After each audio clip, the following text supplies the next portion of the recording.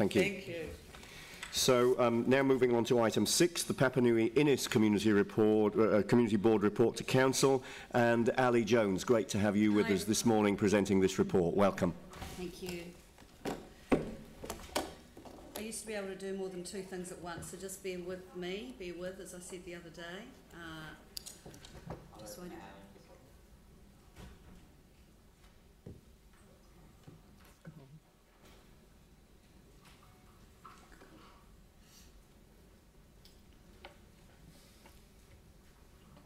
Great, thank you.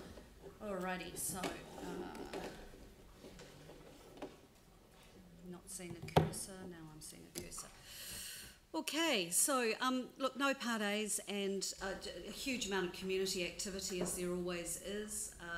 I have to say our staff are doing an amazing job at the moment. Judith Pascoe left us 3 weeks ago now, so we are one down in the ward, and it's very, very busy. So I just want to say that I hope we have that sorted soon. I know that Christine Lane is working on that, and we've had the lovely Chris in our ward as well, which has been fantastic. Yes. Stand up. No, I'm just kidding. So the Redwood Plunkett Rooms, this is a much awaited repair in the Redwood area of the ward. It will be well used, and it has a community social work function in the ward, which will be, again, as much needed. A lot of that has gone into the library down there, which hasn't really been ideal. Sorry about the back and forth, it's still on a timer. The repair work that's going on at the moment at the St Albans Park, again, long awaited. As I said the other day in the draft LTP submission, this was a very poor park before the earthquakes because of problems with the drainage, and that has not improved. One of the issues obviously we're dealing with at the moment with the repair is the rain.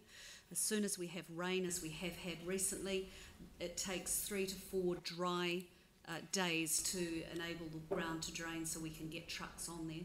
So the pavilion is being rebuilt, and there is new drainage and surface going down on the park.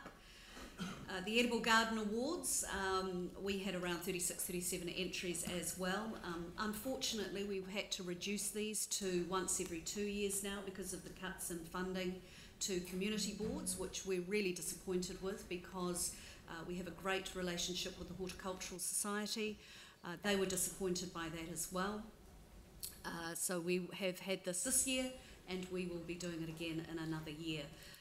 What we do, and I have raised this before at council level and through the community board, is because of the work that I do in PR as my business, and when I have time, I get images and information to the local paper. Of course, we've got a good comms team here as well, and they do that too. But I think that Papanui-Innes is getting a lot of pick up in our local media because we are able to get information to them.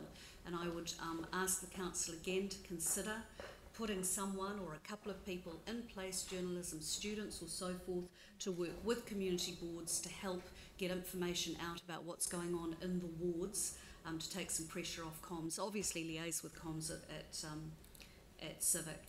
The Papanui Bush regeneration program, I talked about that for the LTP draft as well. This is really exciting.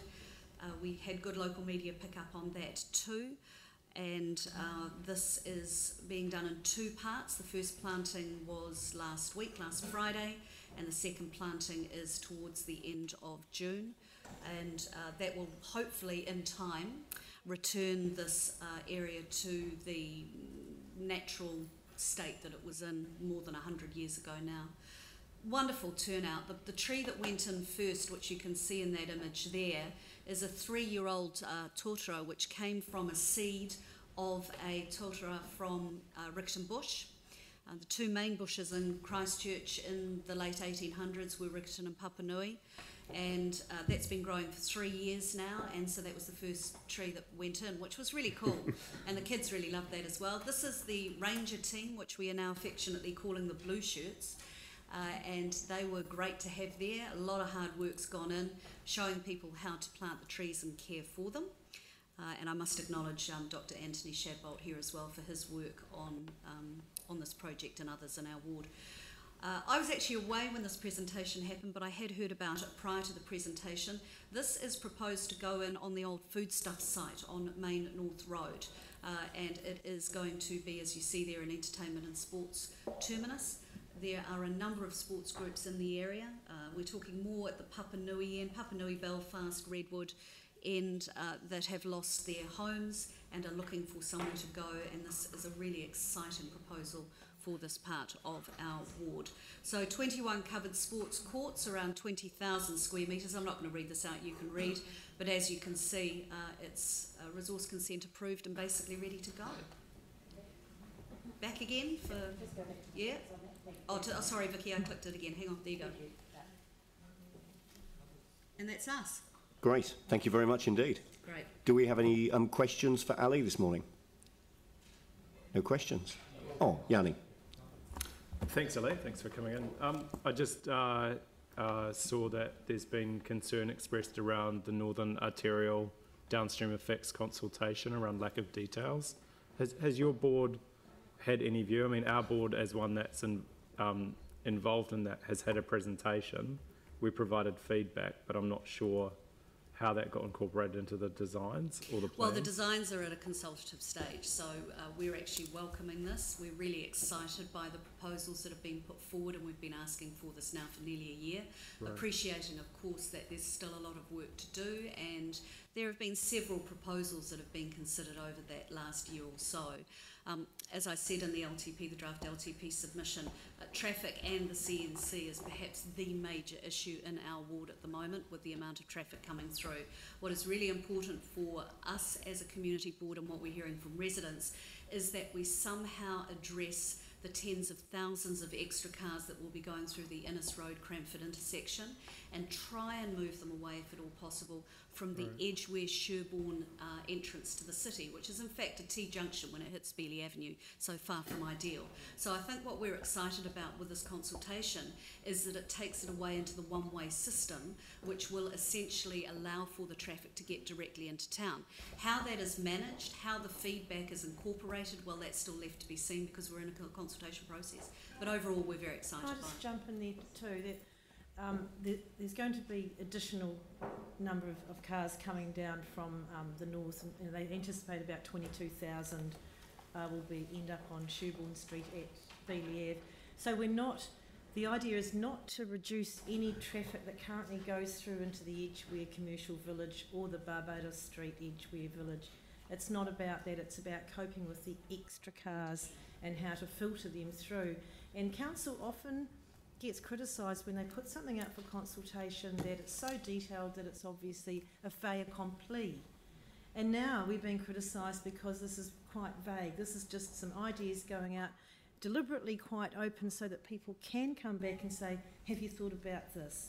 How about this? And that's where we're at the moment. So it doesn't close till, I think, June the 4th or something, so there's quite a lot of time for people to have meetings and come back with some ideas. And just in terms of process, has it formally been through your board for approval to go up for consultation? No, we didn't want to approve it. We've been communicated with the entire way through the development of the CNC, and our concerns, which we've had, as I said, for some time now, have been regularly communicated to the project team, so they were well aware of what the issues were and what the residents were concerned about, and we leave the staff to do the job that they're qualified to do, which is put together a proposal and consultation, and then the public feeds back on that, and we go from there. They came to our board meeting last week with that pamphlet, and we actually congratulated them on it because we think it's brilliant. Pamphlet is awesome. It's about this big. It folds out into about oh God, what would it be? Thanks, Pauline. This is my lovely assistant. So and look, it's. I mean, as Pauline said, all credit to staff. I mean, there is nothing in here we felt that was missing. Why are we consulting? Where's the traffic coming from?